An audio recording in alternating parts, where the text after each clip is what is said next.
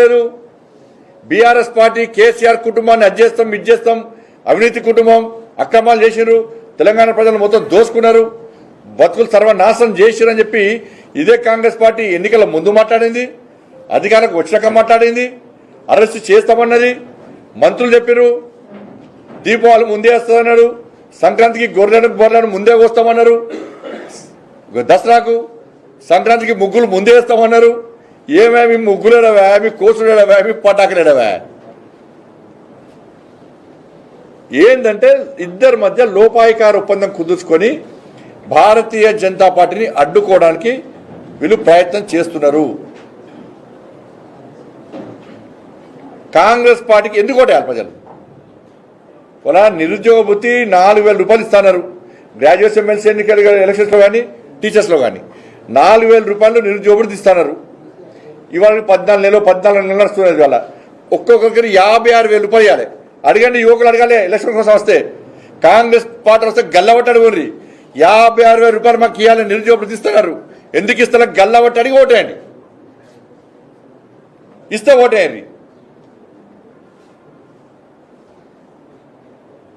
వాళ్ళ 2 లక్షల ఉద్యోగాలు సంవత్సరం లోపల నియమిస్తామన్నారు. 20,000 ఉద్యోగాలకు నోటిఫికేషన్ ఇచ్చి 50,000 ఉద్యోగాలు ఇస్తామని చెప్తున్నారు. ఇచ్చింది 20,000 ఉద్యోగాల నోటిఫికేషన్, మరి 50 ఉద్యోగాలు ఎక్కడ ఇచ్చారు? అడుగురి, ఇలా కలవట అడుగురి. నిరుద్యోగ యువత అడగాలి వాళ్ళను, ఏమైంది 2 లక్షల ఉద్యోగాలు ఏమని.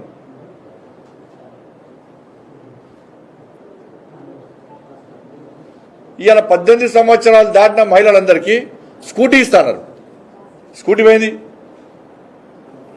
దాంతోపాటు 6 గ్యారెంటీలు పోయినాయి. 2,500 రూపాయలు ఇస్తున్నారు మహిళలకు, 4,000 రూపాయలు ఆసరా పెన్షన్ ఇస్తున్నారు, 12,000 రూపాయలు రైతు కూలీలకు ఇస్తున్నారు, 15,000 రూపాయలు రైతు భరోసా ఇస్తా అని చెప్పి 22 లక్షల మందికి ఇవ్వాలని చెప్పి సాక్షాత్తు వ్యవసాయ శాఖ మంత్రి అయిపోయింది. ఇంకా పెండింగ్ ఉందని చెప్పండి. ఇలా ఫీజు రియంబర్స్మెంట్ యాజమాన్యాలన్నీ కూడా ఇబ్బంది పడుతున్నాయి. వాళ్ళ ఆ యాజమాన్యాలు కసితో ఉన్నాయి. ఎప్పుడు అవకాశం దొరుకుతారా కాంగ్రెస్ పార్టీ గుణపాఠం చెప్పాలని చెప్పండి. 8,000 కోట్ల రూపాయలు, దాదాపు 7,000 కోట్ల రూపాయలు ఫీజు రియంబర్స్మెంట్ ఇవ్వాలి. వాళ్ళ పరిస్థితి చాలా ఘోరమైన పరిస్థితి. ఇది కాంగ్రెస్ పార్టీ ఇచ్చిన హామీలు. ఇలా ఉద్యోగాలకు సంబంధించి కూడా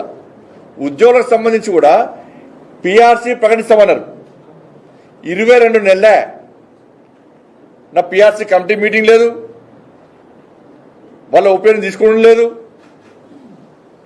అతిగతలేదు. దానికి మేము గెలిచిన వెంటనే చేస్తామన్నారు. సంవత్సరం కాదు, వెంటనే చేస్తామన్నారు. కేంద్ర ప్రభుత్వ ఉద్యోగులతో సమానంగా 5 డిఏలు ఇవ్వాలి. 5 డిఏలు ఇవ్వాలి. మేము కొట్టాడితే ఒక్క డిఏ ఇచ్చి 5 డిఏలు పెండింగ్ ఉన్నాయి. మళ్ళీ 5 డిఏలు ఇవ్వాలి. 2023 నుంచి ఇప్పటి వరకు పదవీ విరమణ పొందిన వాళ్ళు ఎంతమంది ఉన్నారంటే దాదాపు 8,000 మంది ఉన్నారు. వాళ్ళ ఒక్కొక్కరికి 40-50 లక్షల రూపాయల రిటైర్మెంట్ బెనిఫిట్స్ ఇవ్వాలి. వాళ్ళకు దాదాపు 20,000 కోట్ల రూపాయలు ఇవ్వాలి. ఇస్తలేరు. ఇవ్వకుండా ఏం చేసిండు? కేసీఆర్ గిట్నే పైసలు ఇవ్వాల్సి వస్తుందని చెప్పి 59 సంవత్సరాల నుంచి వయసు 61 సంవత్సరాలకు పెంచాడు.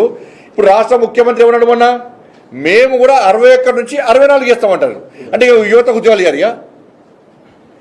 ఇట్లా కొత్తలు ఉద్యోగాలు ఇయ్యారియా?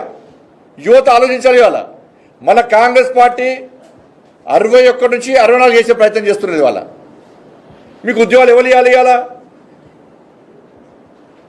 జీపీఎఫ్ పైసలు వాళ్ళ పైసలు వాళ్ళు వాడుకోవడానికి కూడా అవకాశం లేని పరిస్థితి.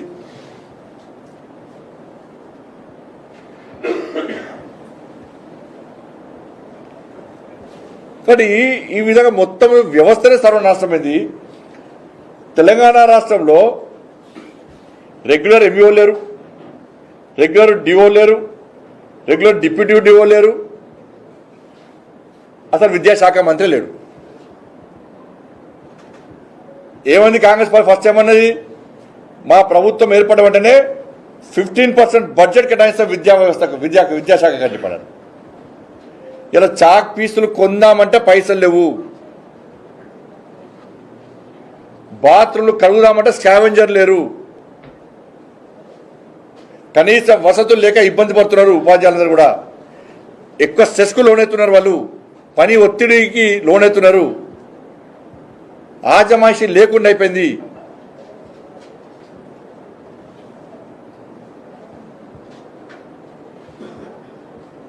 ఇలా గిన్ని సమస్యలు పెట్టుకొని మీకు ఎందుకు ఓటేయాలో కాంగ్రెస్ పార్టీ ఇప్పటికీ చెప్పలేకపోతున్నది. కాంగ్రెస్ పార్టీకి మేధావర్గం ఎందుకు ఓటేయాలో ఇప్పటికీ కాంగ్రెస్ పార్టీ చెప్పలేకపోతున్నది. అందుకే వాతావరణం అంతా కూడా మా కోసం కొట్లాడేది మేమన్నా. ఇలా ఉద్యోగుల కోసం కానీ నిరుద్యోగ యువత కోసం కొట్లాడేది మేము. ఇదే 317 జీవో వల్ల దాదాపు